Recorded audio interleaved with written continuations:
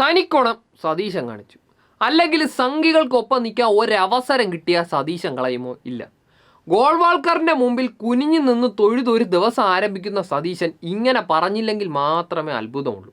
സനാതന ധർമ്മത്തിലെ ചാതുർവർണ്ണയ വ്യവസ്ഥിതി ഏറ്റവും അധികം ബാധിച്ചത് മലയാളികളെ തന്നെയായിരുന്നു. അരിക്കും ആഹാരത്തിനും വേണ്ടി നമ്മുടെ പൂർവികർ എല്ലുമുറിയെ പണിയെടുത്തെങ്കിലും അവർക്ക് ആവശ്യമുള്ളതൊന്നും കിട്ടിയിരുന്നില്ല. അതിന് കാരണം ഈ വ്യവസ്ഥിതിയായിരുന്നു. എന്നാൽ ഈ അനീതിയെയും തെറ്റായ സനാതന വ്യവസ്ഥിതിയെയും ചോദ്യം ചെയ്യുവാനും തിരുത്തുവാനും തിരുത്തിക്കുവാനും കേരള ജനതയെ മുന്നിൽ നിന്നും നയിച്ച മഹാനാണ് ശ്രീനാരായണ ഗുരു. ആ ഗുരുവിനെ സനാതനത്തിൻ്റെ ആലയിൽ കെട്ടാൻ സംഘപരിവാർ എന്നും ശ്രമിക്കുന്നതാണ്. സനാതനധർമ്മം എന്ന പേരിൽ നമ്മൾ മലയാളികളെ അടിച്ചൊതുക്കിയ ആ വ്യവസ്ഥിതിയെ മുന്നിൽ നിന്നും പൊരുതി തോൽപ്പിച്ച ആളാണ് ഗുരു. ആ ഗുരു സനാതനധർമ്മത്തിൻ്റെ ആളാണ് എന്ന് സതീശൻ പറയുന്നത് RSSന് വേണ്ടിയാണ്, RSSന് വേണ്ടി മാത്രമാണ്. RSSന് വേണ്ടി എന്ത് ചെയ്യുന്ന ആളായി സതീശ മാറി. പക്ഷെ അതിന് ഗുരുവിനെ ഉപയോഗിക്കാൻ പാടില്ലായിരുന്നു സതീശ.